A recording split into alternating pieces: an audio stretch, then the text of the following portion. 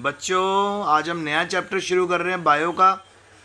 और आपको पता ही है कि जब भी हमारा चैप्टर शुरू होता है तो very short answer type question पहले डिस्कस होते हैं, क्यों जी। और उसके बाद शॉर्ट आंसर आते हैं, फिर लॉन्ग आंसर आते हैं। तो लास्ट चैप्टर में बहुत इंपॉर्टेंट बातें की हम लोगों ने, pyramid of number, pyramid of biomass, फिर अपराइट पिरामिड किया कि जो एनर्जी का पिरामिड होता है वो हमेशा अपराइट होता है ना। फिर आपको नाइट्रोजन साइकिल करवाई, कार्बन साइकिल करवाई, वाटर साइकिल करवाई। सो आज का लेक्चर शुरू होता है। सबसे पहला क्वेश्चन है, why large animals have greater risk of extension. जितने बड़े बड़े एनिमल हैं वो बहुत जल्दी ख़त्म होना के कगार पर क्यों है, क्यों जल्दी ख़त्म होते हैं नॉर्मल एनिमल से? क्यों रीज़न है जी? क्योंकि जी जो बड़े बड़े एनिमल हैं उनको खाना भी ज़्यादा चाहिए, उनको स्पेस भी चाहिए ज़्यादा रहने के लिए, और दूसरा वो अपने बच्चे भी कम पैदा करते हैं, मतलब उनकी रिप्रोडक्टिव पावर भी कम होती है। लेस ऑफस्प्रिंग का मतलब लेस चांसेस ऑफ अडेप्टेशन, तो ये अपने आप को अडेप्ट नहीं कर पाते नेचर के साथ। तो इस करके जो बड़े बड़े एनिमल्स हैं उनका हमेशा रिस्क बना रहता है कि वो हमेशा के लिए धरती के ऊपर से ख़त्म हो जाएंगे। फिर आ गया जी, व्हाट स्पीशीज क्या चीज़ है? The plants which are consumed for their taste flavour but do not have food value are called spices. बेटा ये गलत लिखा हुआ है, स्पीशीज नहीं है, स्पाइसेस होना चाहिए। वो प्लांट जिसको हम टेस्ट के लिए कंज्यूम करते हैं, फ्लेवर के लिए कंज्यूम करते हैं, पर इनकी फूड वैल्यू कुछ नहीं होती। इस क्वेश्चन को आपके लिए ठीक कर रहा हूं। What are spices? स्पाइसेस क्या होते हैं? ठीक है। फिर अगला क्वेश्चन है, फुल फॉर्म बताइए BNHS और WPSI की फुल फॉर्म बताइए। BNHS की फुल फॉर्म है जी Bombay natural history society. So Bombay natural history society जो है जी BNHS है, और WPSI है जी wild life preservation society of India. फिर उसके बाद नेक्स्ट क्वेश्चन है कि पॉपुलेशन एम्फीबियंस की धीरे धीरे कम क्यों होती जा रही है? क्यों हो रही है?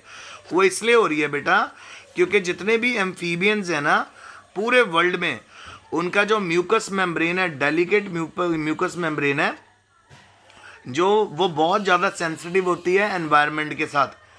अब जैसे जैसे इंसान ने, ह्यूमन बींग्स ने पोल्यूशन बढ़ाना शुरू करा तो एनवायरनमेंट के अंदर बेटा बहुत ज़्यादा पोल्यूशन बढ़ गया।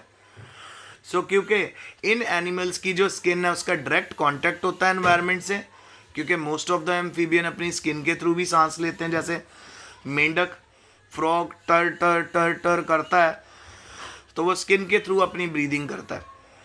तो जब वो स्किन के थ्रू बच्चों ब्रीदिंग करता है तो उसका डायरेक्ट कांटेक्ट हो गया एनवायरनमेंट से, क्योंकि एम्फीबियंस की पूरी बॉडी के ऊपर खासकर उनके रेस्पिरेटरी जो एरियाज होते हैं वहाँ पे पतली म्यूकस कवर्ड एक स्किन होती है जो एनवायरनमेंट के लिए बहुत ज़्यादा सेंसिटिव है। और एक्चुअल में एनवायरनमेंट से टॉक्सिक सब्सटेंस जब वहाँ पे जा रहे हैं तो धीरे धीरे हमारी धरती के ऊपर से एम्फीबियंस का नंबर कम हो रहा है। एम्फीबियंस तो पता है ना आपको, एम्फीबियन होते हैं वो एनिमल जो पानी में भी रह सकते हैं और ज़मीन पे भी। फिर अगला है जी, कौन सी बर्ड है जिसकी सबसे ज़्यादा इंपॉर्टेंस है वाइल्ड लाइफ के अंदर रिसेंट ईयर में? तो उस बर्ड का नाम है बेटा ग्रेट इंडियन बस्टर्ड। सो इसको इतनी इंपॉर्टेंस क्यों दी जा रही है? क्योंकि बेटा ये भी धीरे धीरे एक्सटिंक्ट हो रही है। सो इसके भी ख़त्म होने का बड़ा डर है, तो इसके करके ग्रेट इंडियन बस्टर्ड को भी बचाने की पूरी कोशिश की जा रही है। फिर आ गया बेटा, कौन सा दिन है जो वर्ल्ड एनवायरनमेंट डे की फॉर्म में सेलिब्रेट होता है? वो है जी 5 जून। 5 जून वर्ल्ड एनवायरनमेंट डे की फॉर्म में सेलिब्रेट होता है। 2 एंडेंजर्ड एनिमल बताइए स्पीशीज ऑफ इंडिया। एंडेंजर्ड बेटा जो बस ख़त्म होने वाले हैं, एक होता है एंडेंजर्ड, एक होते हैं वेनरेबल, और एक होते हैं एक्सटिंक्ट स्पीशीज।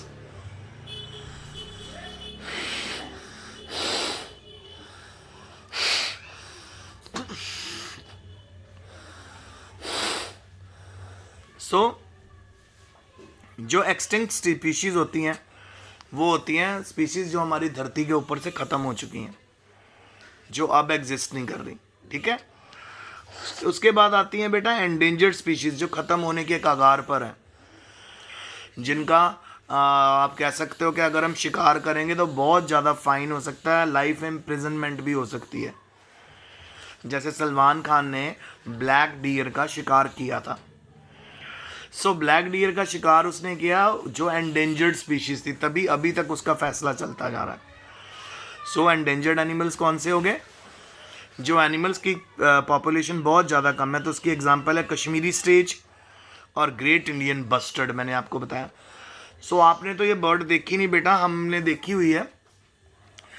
सो जब हम छोटे थे तो ये बहुत ज़्यादा बर्ड्स अवेलेबल होती थी, और ये ना थोड़ी सी ग्रे और ब्राउन कलर के बीच में होती थी बर्ड्स। मैं आपको इसकी पिक भेज दूंगा, डोंट वरी, आपको पिक भेजूंगा मैं इसकी, तो आपको पहचान, मे बी आपके चाइल्डहुड में आपने इसको देखा हो ना। सो ये ख़त्म होने वाली स्पीशीज़ है, इसलिए पूरी कोशिश की जा रही है इनको बचाने की। फिर आ गया नेक्स्ट क्वेश्चन,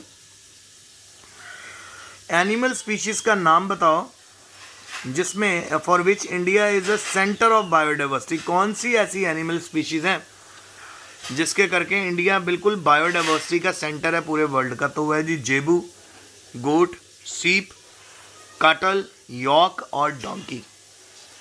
ये जो बर्ड, ये जो एनिमल्स है ना बेटा, ये यहाँ पे पाए जाते हैं, इस करके इंडिया के लिए सबसे बेस्ट, सबसे ज़्यादा बायोडाइवर्सिटी वाला एरिया माना जाता है। फिर भाई अगला क्वेश्चन है, जेनेटिक डाइवर्सिटी क्या चीज़ है? जेनेटिक डाइवर्सिटी होता है variation of gene with in species. जब स्पीशीज़ के अंदर जीन्स में वेरिएशन आने लग जाए और उससे एक स्पीशीज़ से नई स्पीशीज़ और बनने लग जाए, उसको जेनेटिक डाइवर्सिटी बोलते हैं। अब स्पीशीज़ डाइवर्सिटी क्या है? स्पीशीज़ डाइवर्सिटी होता है एक पर्टिकुलर रीजन में कितनी तरह की स्पीशीज़ अवेलेबल है अलग अलग, यानी variety of species in a region. और स्पीशीज़ डाइवर्सिटी इंक्रीज़ होती रहती है एरिया के इंक्रीज़ होने के साथ। जैसे जैसे एरिया इंक्रीज़ होता है वैसे वैसे स्पीशीज़ डाइवर्सिटी भी बढ़ती रहती है। फिर है जी what are hot spots of biodiversity. बेटा हॉट स्पॉट वो एरिया है जहाँ पे एंडेमिक स्पीशीज़ पाई जाती हैं और जहाँ पर थ्रेट है इन स्पीशीज़ के ख़त्म होने का। सो उनको बचाने के लिए हॉट स्पॉट्स के अंदर ये बात पक्की कर ली जाती है कि यहाँ पे ना तो कोई आएगा, ना तो कोई पर्सन यहाँ पर आके हंटिंग करेगा, ठीक है, शिकार नहीं कर सकता, यहाँ पे लकड़ियाँ नहीं काटी जा सकती, पेड़ नहीं काटे जा सकते। और लास्ट क्वेश्चन है जी, name the zoo famous for white tiger. White tiger के लिए सबसे फेमस जू कौन सा है? तो जी वाइट टाइगर आपको नंदनकनन जू है जहाँ पे आपको वाइट टाइगर देखने को मिलेगा।